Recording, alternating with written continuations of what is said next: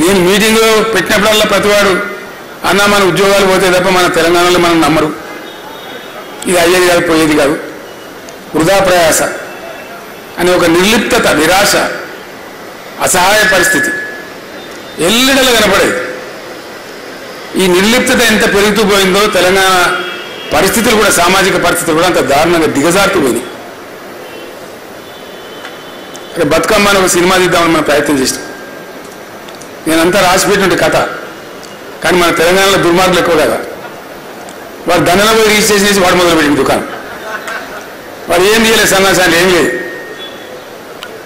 Actually Potugal అని ఒక ఊరు ఉంటుందండి. ఆ పోతుగల్ ఊరు పక్కనే ఇంకో ఊరు ఉంటుంది. ఆ ఊరికి మా అక్కనిచ్చింది. గూడూరు అనే ఊరు ఉంటుంది. మా సిస్టర్ని ఇచ్చిన. మా ఊర్లో పాఠశాల లేకుండే. ఎంత గొప్పగా ఉండే తెలంగాణ అంటే, నేను ప్రైమరీ స్కూల్ చదువుకున్న టైంలో మా ఊళ్ళో సర్కారు స్కూలే లేదు.